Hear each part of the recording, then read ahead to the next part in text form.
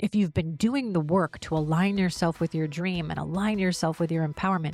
So truly embodying the you were meant to be is going to be even more important now than it's ever been before, because you have the astral energy behind you. You have the stars quite literally behind you, propelling you forward.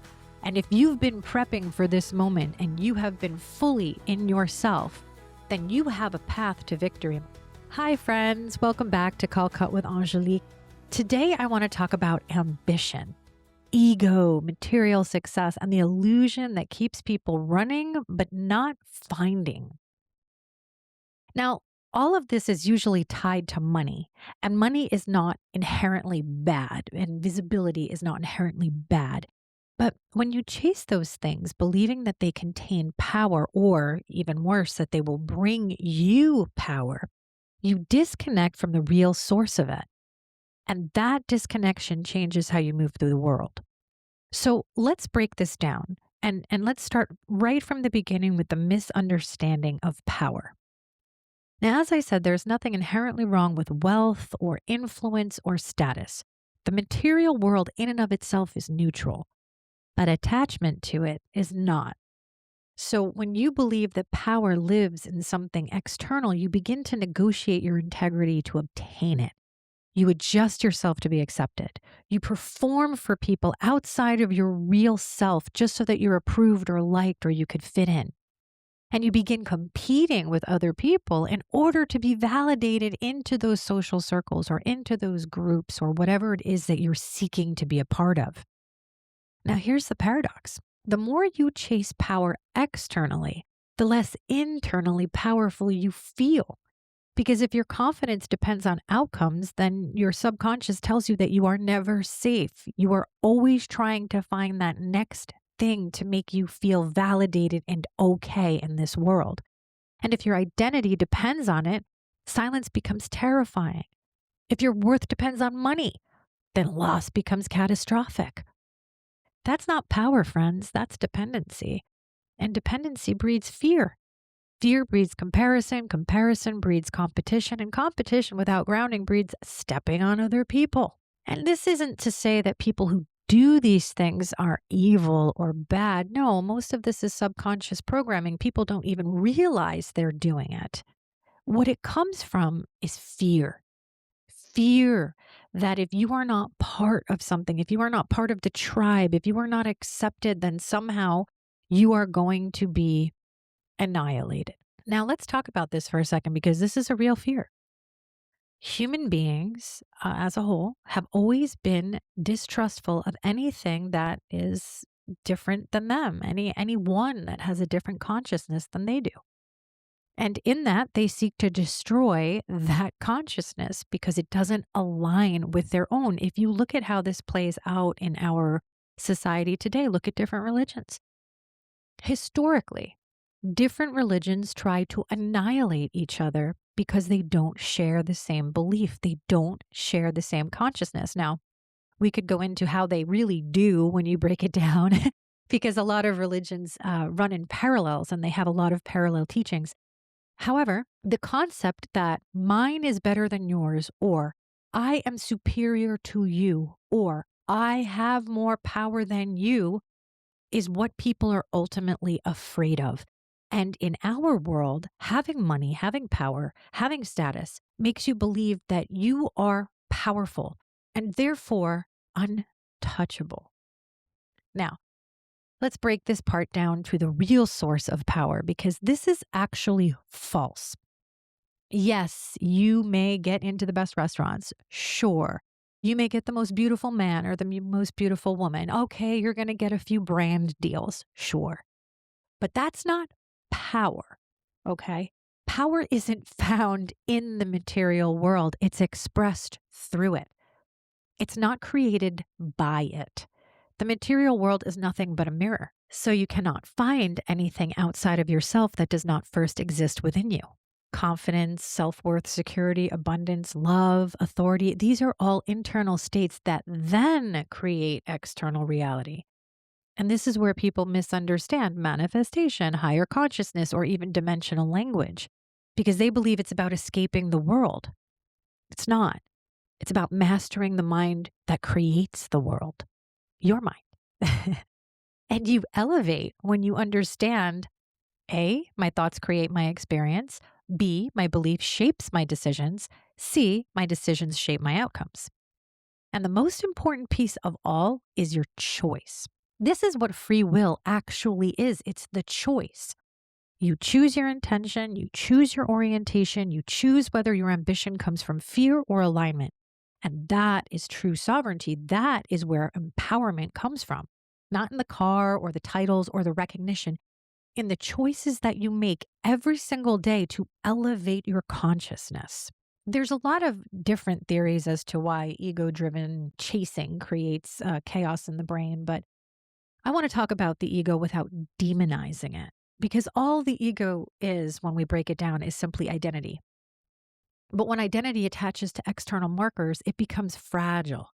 And a fragile identity will protect itself at all costs.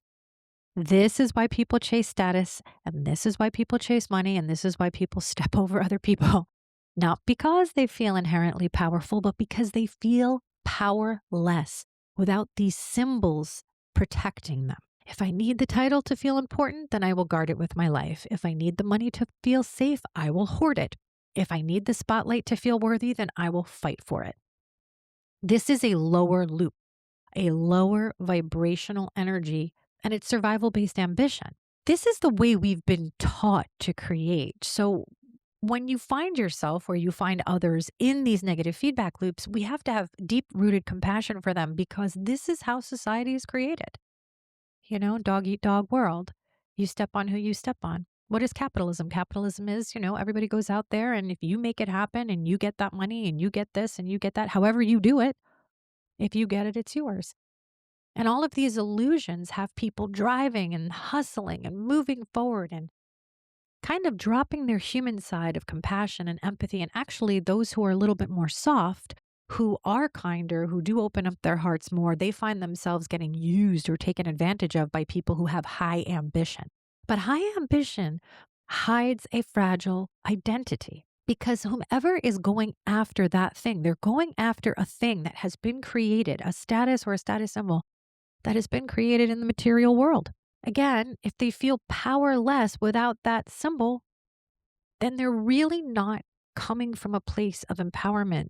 And if you are not in a place of empowerment, then you are a slave to the thing that you are chasing. Now, there is another way to do this. You can pursue wealth from creativity and instead of insecurity.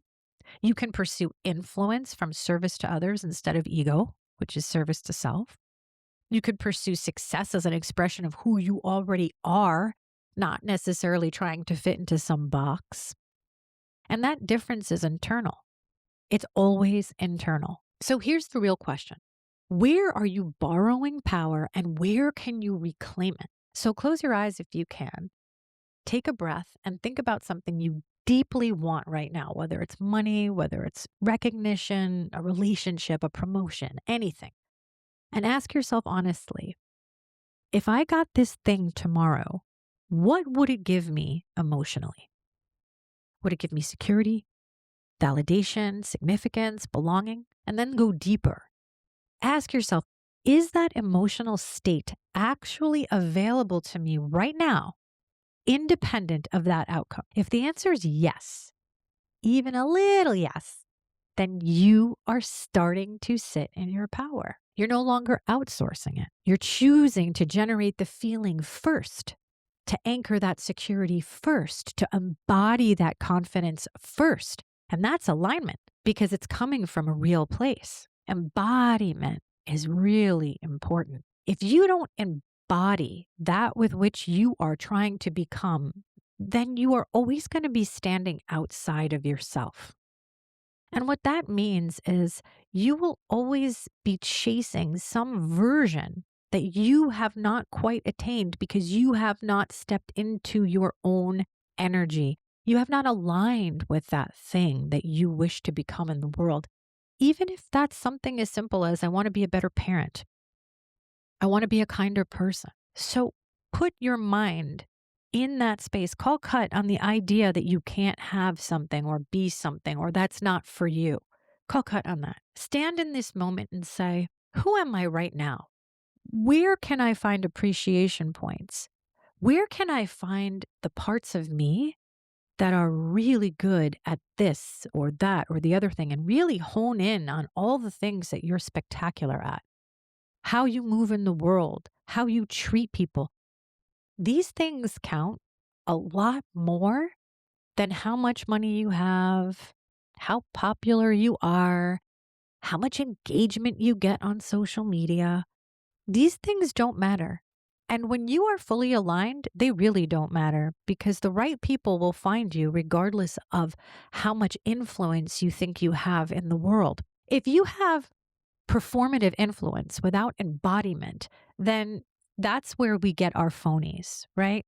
And we see a lot of these, and my God, it's all coming to light, especially with this new energy moving in today, actually, February 20th, where we are 0 degrees in Aries. And this is a tropical zodiac. Vedic astrology is slightly different, but apparently this is a part of the zodiacal placements that we've never been in before at 0 degrees Aries. And this is where stuff is really going to get shaken up and truth comes to light. And we're coming out of Pisces, and Pisces is where things are hidden and shadow and delusion. And this is where all the lies and deception come from. So as we're moving out of Pisces, in that kind of confusion state, and we're moving into Aries, and Aries is a very active energy. Not to mention, we have the year of the fire horse, which is also a very active energy. You're going to see a lot of things moving forward in your life, moving a lot faster than you ever anticipated, especially if you've been doing the work to align yourself with your dream and align yourself with your empowerment. So truly embodying the you were meant to be is going to be even more important now than it's ever been before, because you have the astral energy behind you. You have the stars quite literally behind you, propelling you forward. And if you've been prepping for this moment and you have been fully in yourself, then you have a path to victory, my friends, and a path to victory that's going to last into 2028. So this is a good time to really decide what it is that you are going to put your focus on. How are you going to use your power? Are you going to find your power? Are you going to stop being subservient to other people? Stop getting caught in other people's dramas. Stop letting people suck your energy. Take your time. There are people out there, and they are well-meaning, but they are distractions. They're people who are bored. They don't have anything to do. And all day long, they're, distracting you with one drama or another. And you have to be the person to put your foot down and say, no, I have this, and this to get done because I have to make sure that I use my energy and my potential to my highest good. There's that age-old saying about the doors opening and you run through it. Well, this is the year when doors can start opening for you. This is the year where preparation is going to meet opportunity, but you must be prepared. And how do you prepare yourself? You stand fully in your power. You have to realize that wealth, status, all of that stuff, it has a purpose. Money is not inherently evil, although it sure has been used for evil ends. Money also does not contain power. It is used by people who feel inherently powerless to control others because, again, if we stand in our own power, we don't have that desire to control other people. When people are control freaks and they want to control everything and they try to manipulate situations to always go a certain way and they're not very honest with you or they gaslight you, copy you, but pretend that somehow you've stolen something from them. And this is a lot of the behavior of people who really don't have an identity. This is what they do. They glom onto other people to try to get an identity. And after they have, sucked out whatever they can from that person, they truly believe they embody those things and that person has somehow taken something from them. It's a very strange behavior that people tend to do on a huge scale, not just women, men as well. there's this weird sort of trying to embody another person's success, take another person's light, however it's done. But that is coming from people who are inherently powerless. But if it costs you the friendship because somebody isn't getting their way with you, or they're not getting from you what they initially set out to get, c'est la vie, right? That's not a friendship. That's somebody who hooked into you for a purpose. And when they didn't get that purpose off of you, they decided to go create some story and run off into the sunset. Great. Ciao, ciao, brown cow. So you have to be okay with letting things go, identifying people who are trying to control situations, because you don't want to be stuck in any situation where people are telling you who to talk to, who to like, how to think, how to feel. You don't want to be in any of that. You want to stand in your full power. And when you stand in your full power, you will realize that you can't find anything outside of yourself that is not first found within. When you love yourself, when you are confident with yourself, when you know who you are, none of this stuff will ever be an issue for you. When you come up against somebody who is confident in who they are and owns their own identity, control issues won't be a thing. Collaboration will, because the two energies will be unbelievably symbiotic. I have this with my best friend. Steph and I have worked on a lot of projects together going back 20 years.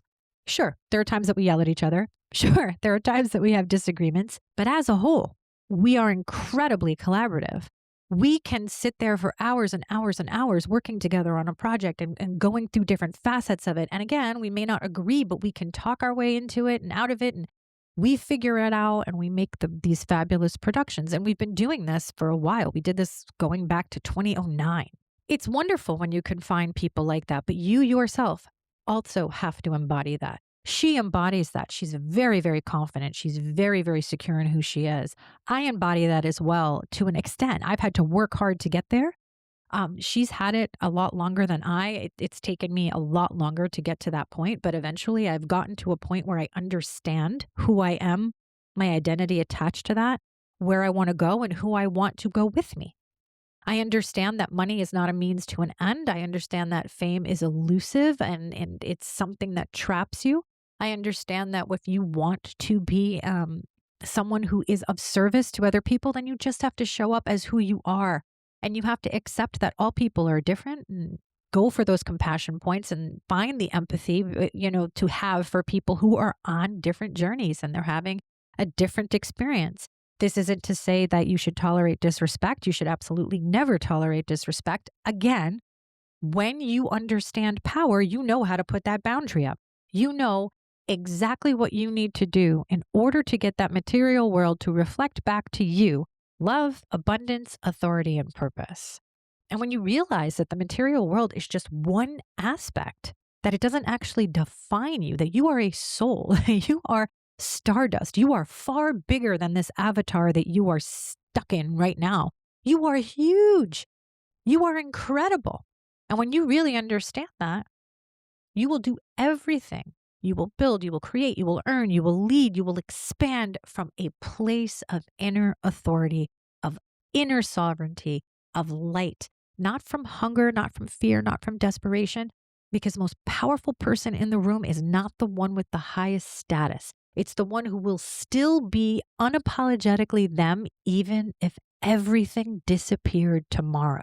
That is how you know you are in your real power. And that power is always within you. So remember, anytime you're having a thought about where you are in this world, call cut. Make a different choice. What is going to lead me to the most powerful version of myself? Who am I? Do I identify with this? Is this in alignment with me? We continuously call cut and we continuously look at ourselves to try to find that point in time where we can fully align with who we are and our highest and best selves. Life is a journey, friends. It is not a destination. We are constantly evolving. Be kind to yourself, be gentle on yourself, and know that every day that you wake up, that next step forward is a choice. And the choice you make to continuously realign with your highest self will change the world around you to reflect that with which you are within. So make the best choices you can. Thank you so much for joining me on Call Cut with Angelique. New episodes drop every Friday. If you like this content, please subscribe, like, share with your friends.